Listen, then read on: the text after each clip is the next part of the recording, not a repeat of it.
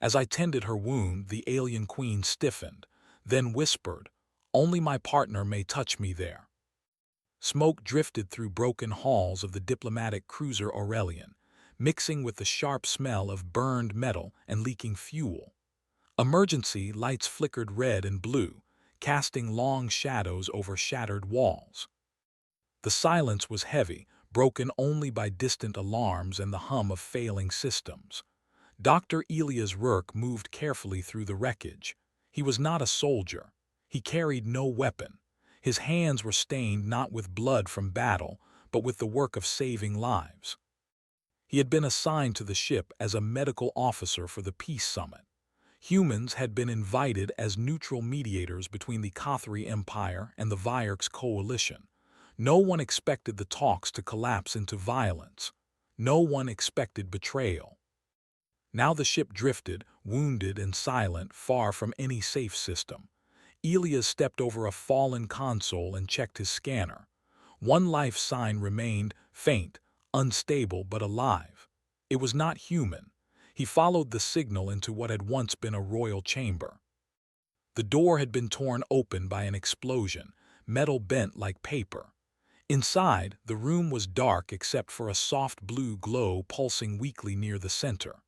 There, lying against the shattered remains of a ceremonial platform, was the queen of the Cathari.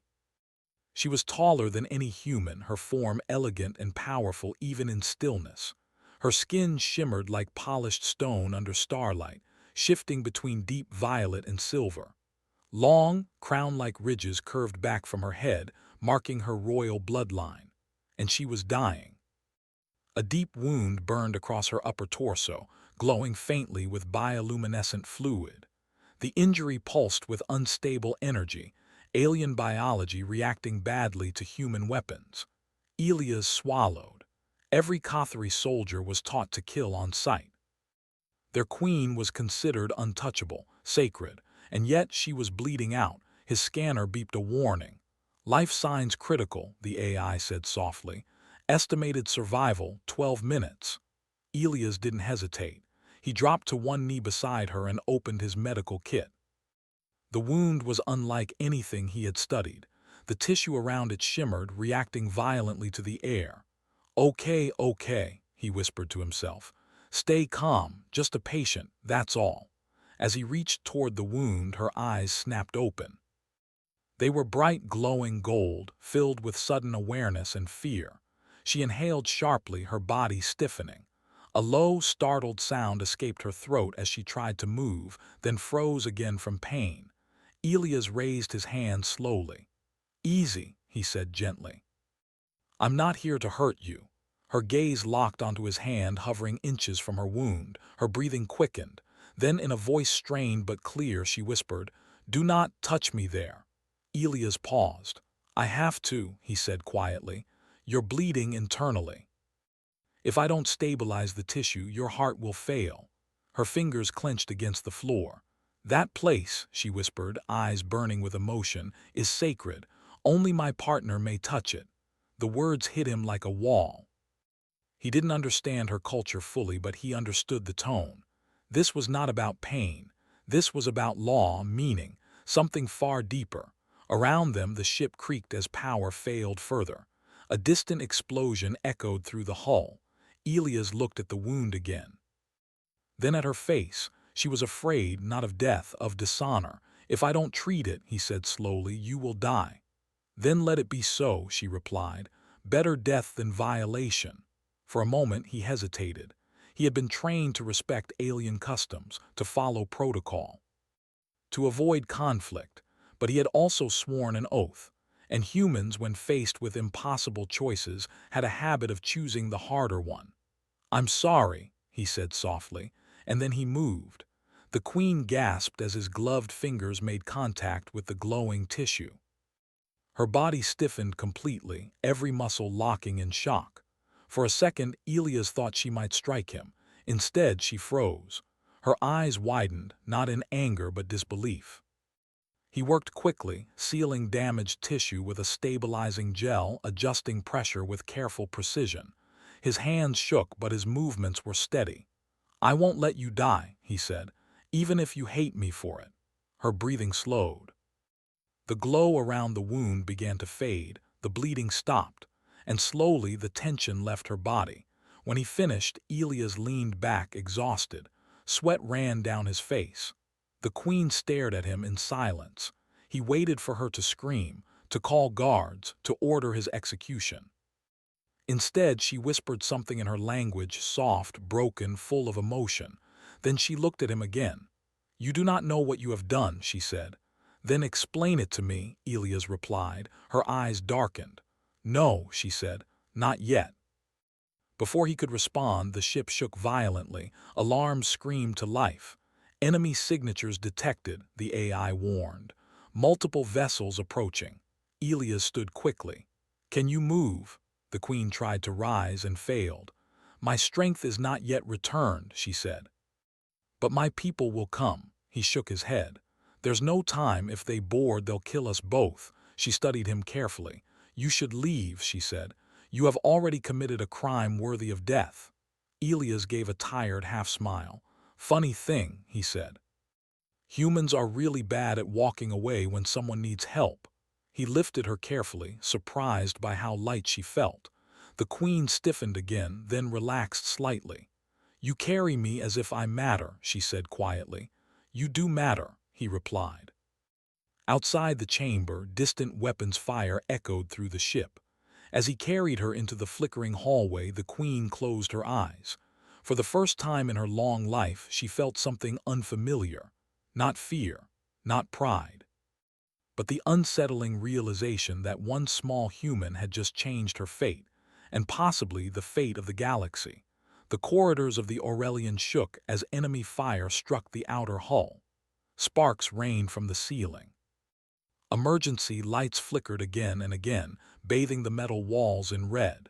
Somewhere far away, metal screamed as something tore through the ship's side. Elias ran.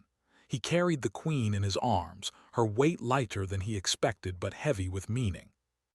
Her body was warm, her breathing slow but steady. The glow of her wound had faded, replaced by a faint silver scar. Behind them, the ship groaned like a dying beast. "Left," the queen whispered weakly. Elias turned just as another blast rocked the hallway. A section of ceiling collapsed behind them, blocking the path they had come from. They were trapped inside enemy territory.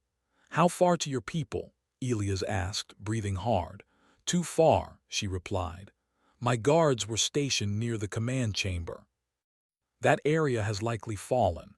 Elias clenched his jaw. "Then we make a new plan." She studied him through half-lidded eyes. "You speak as if survival is certain." "It's not," he said. "But humans don't need certainty. We work with hope." The queen said nothing. They reached a maintenance corridor, narrow, dark, and mostly intact. Elias set her down gently against the wall and checked his scanner. Her vitals were improving. Barely. But something else was happening. The scanner showed abnormal energy readings around her chest, radiating outward, pulsing in slow waves. "What is that?" Elias muttered. The queen saw the screen and turned her face away. "It is the mark," she said quietly. "What mark?" She hesitated, then spoke. "In our kind, there is a place in the body where life and will meet. It is where our bond crest forms when we choose a life partner." Elias froze. "You're saying I touched that place?" "Yes, by accident." "There is no such thing," she replied. "Not to my people." A heavy silence filled the corridor. Elias rubbed his face. "I didn't know," he said. "I swear, I only wanted to stop the bleeding." "I know," she answered. "That is what makes it worse." He looked at her in confusion.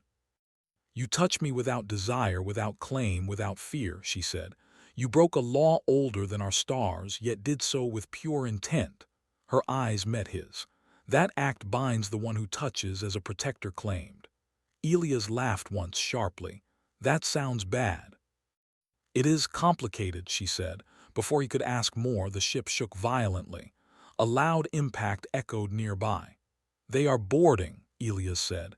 He helped her to her feet. She leaned heavily against him but did not pull away.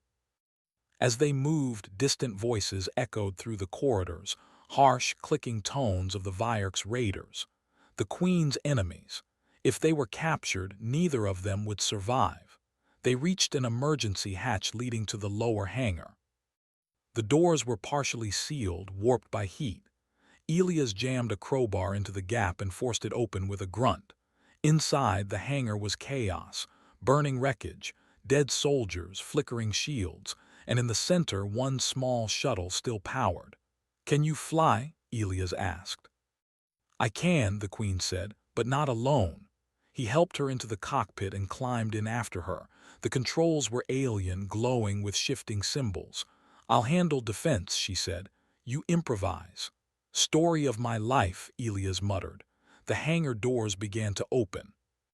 Enemy ships were already lining up outside. The Queen's hands moved across the controls, her movements weak but precise. Energy surged through the shuttle. "Hold on," she warned. The shuttle burst forward just as the hangar exploded behind them. They shot into open space, dodging fire, engines screaming. Elias gripped his seat as the stars spun wildly. "How are you doing that?" he shouted. "Instinct," she replied.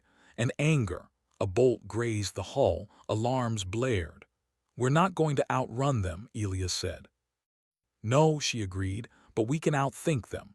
She turned to him, eyes sharp. "Human, you must trust me." "I already do." She hesitated, then pressed a symbol glowing deep violet. Space twisted. For a terrifying moment, everything went silent. Then the stars shifted. They emerged in empty space far from the battlefield. Elias stared at the displays. "You jumped without a beacon." "It nearly killed me," she said weakly, "but it worked." She slumped forward. Elias caught her before she fell. "Hey, stay with me," he said. Her eyes fluttered. "You should leave me now," she whispered. "When my people learn what you have done, they may kill you." "Then they'll have to get in line," he replied. She gave a faint, tired smile. "You are either very brave," she said, "or very foolish. Usually both." He laid her down gently and checked her vitals again. She was stable, barely. As she rested, her expression softened. The proud mask of a queen faded, revealing someone tired. "Why did you really do it?" she asked quietly. "Why touch me, knowing it could mean death?" Elias thought for a moment. "Because I saw someone bleeding," he said, "and I couldn't walk away." She studied him carefully. "In my world," she said, "power decides worth. Strength commands loyalty. Fear enforces order." She closed her eyes.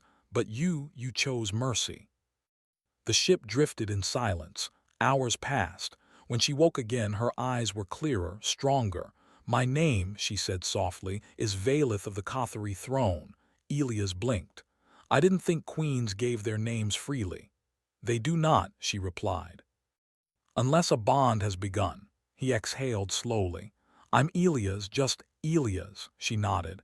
"Elias," she repeated as if tasting the word. The ship's sensors suddenly beeped. Multiple warp signatures appeared on the edge of detection, her fleet. "They have found us," she said. Elias felt his stomach tighten. "What happens now?" She straightened, pain forgotten, eyes blazing with renewed authority. "Now," she said, "my people will learn what a human is willing to do for a stranger." Outside the viewport, massive Kothari warships emerged from hyperspace. Weapons powered up, but none fired. A transmission request appeared. The Queen took a deep breath and opened the channel. Her image filled the screens of dozens of ships. "I live," she said calmly. "And I speak by my will," gasps echoed across the fleet. She turned slightly, allowing them to see Elias beside her. "This human saved my life." A pause. "By our oldest laws," she continued, "he now stands under my protection." Shock rippled through the fleet. "And by my word," she finished, voice firm, "any who harm him will answer to me." Elias stared at the screen. "What did you just do?" he whispered. She looked at him with something close to awe. "I changed your fate," she said. Outside, the warships powered down their weapons. And across the stars, a new story began to spread of a human who touched what no one else could and lived. The stars outside the viewport burned past them like fire. Elias sat stiffly in the co-pilot seat, sweat running down his face. He was exhausted. Every muscle ached. Yet in the silence of the shuttle's cabin, he could feel the tension building, not just in the air, but in the very threads of the galaxy. Beside him, Queen Valith of the Cothari stirred. Her pale violet eyes glimmered under the dim light. Her wound had fully closed thanks to his care, but her body still trembled from the strain of survival and the jump through hyperspace. "Elias," she said softly, "I must tell you what this moment means." He gave a short, tired laugh. "Please, I've been surviving one crazy moment at a time. Enlighten me," she hesitated. "In my species, only a chosen partner may touch the sacred bond point. It is a test of trust, courage, and intent. By touching it, you did not claim me as a lover, but as a protector claimed. A title no human has ever held." Elias blinked. "So I'm royalty?" "No," she said, almost smiling. "But by law I am bound to protect you, and by honor I am compelled to trust you in ways even my closest advisors would never dare." He stared at her, then looked out the window. In the distance, the Cothari war fleet was assembling. The Vierk's forces that had attacked the Aurelian were moving in, their ships sleek and deadly. Hundreds of lives hung in the balance. Elias rubbed his eyes. "So, what do we do?"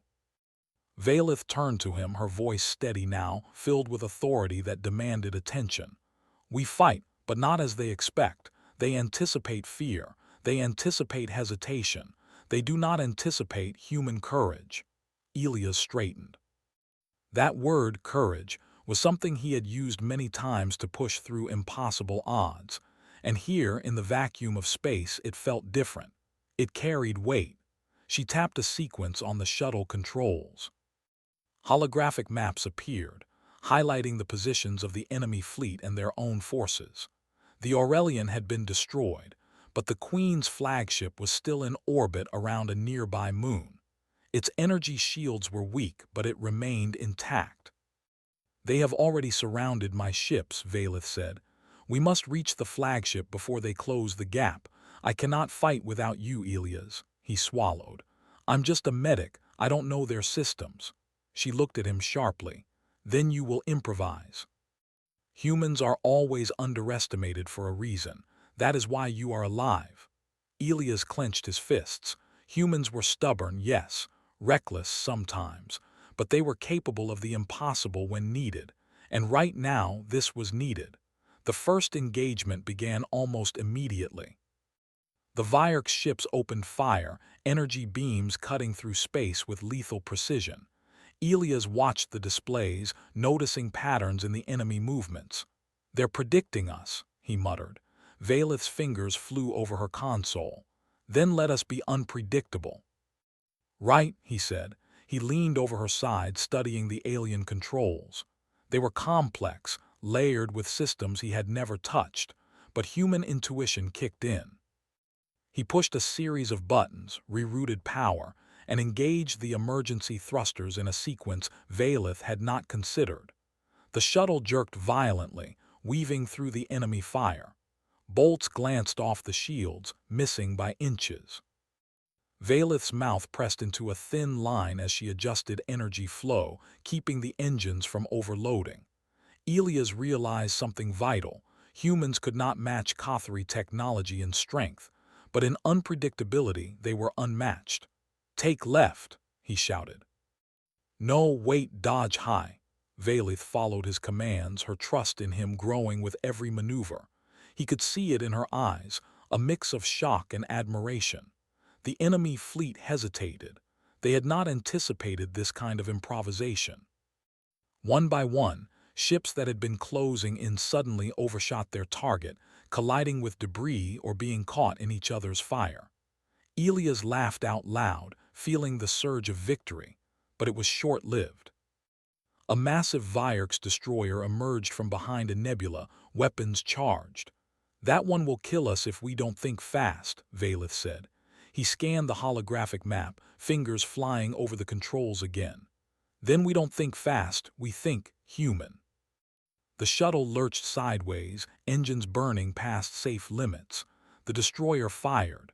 A direct hit would have torn them apart. Instead, it glanced off the shuttle's hull.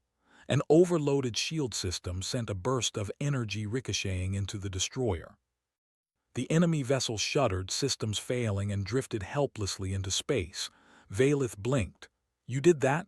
"I think so," Elias said, his heart pounding. "Just human luck." She studied him for a long moment. "No," she said finally. "That was not luck, that was courage. That is why humans endure where others fail." The jump to the flagship was still dangerous. The enemy had regrouped and was forming a blockade. Time was running out. Valith turned to Elias. "I will not survive another jump like the one you helped me perform before. You must make the choice." He looked at her, puzzled. "Stay behind," she said firmly. "Save yourself. The others will protect me." "I'm not leaving you," he said immediately. She shook her head. "It is not your fight by law, my people." "I don't care about your laws," Elias interrupted. "I care about saving lives. That includes yours." For the first time, Valith's proud mask faltered. Her eyes softened, a mixture of fear and respect. "You are human," she whispered. "Unbelievably stubborn." "And unbelievably alive," he replied. The final approach was tense. The flagship's energy shields were failing, and enemy fire continued to rain down.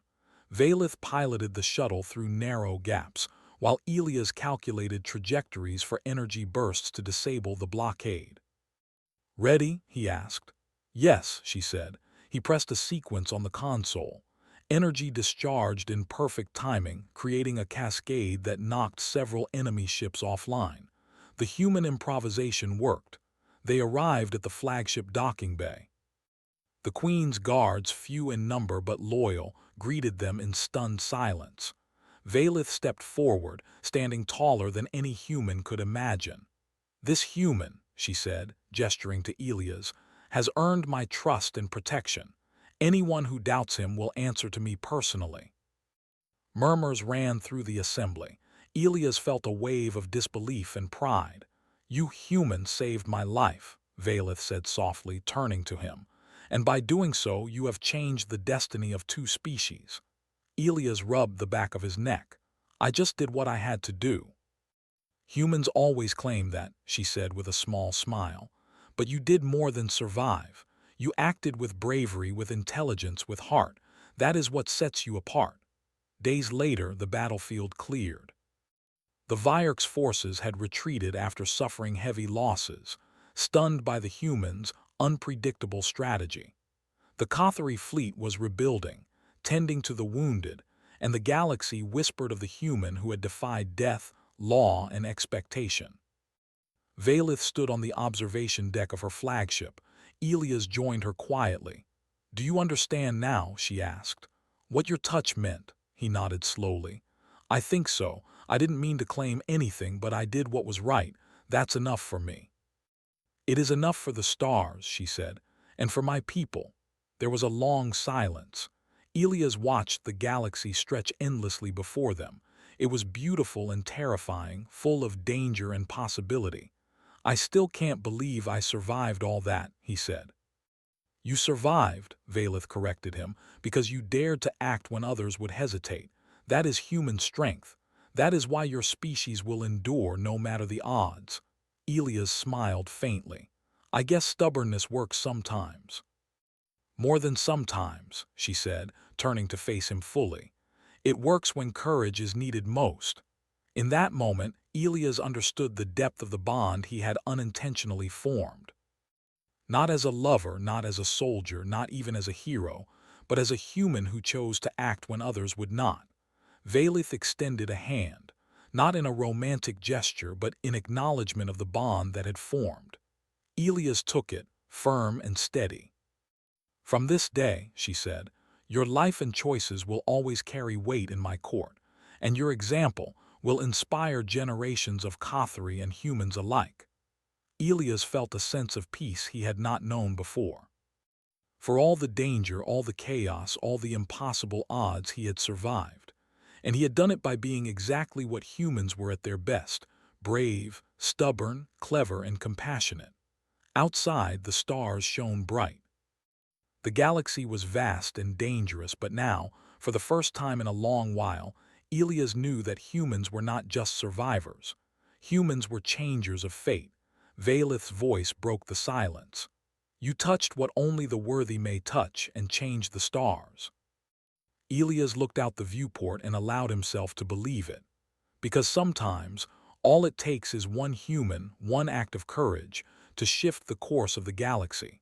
And sometimes, that act is enough to make an entire species stand a little taller.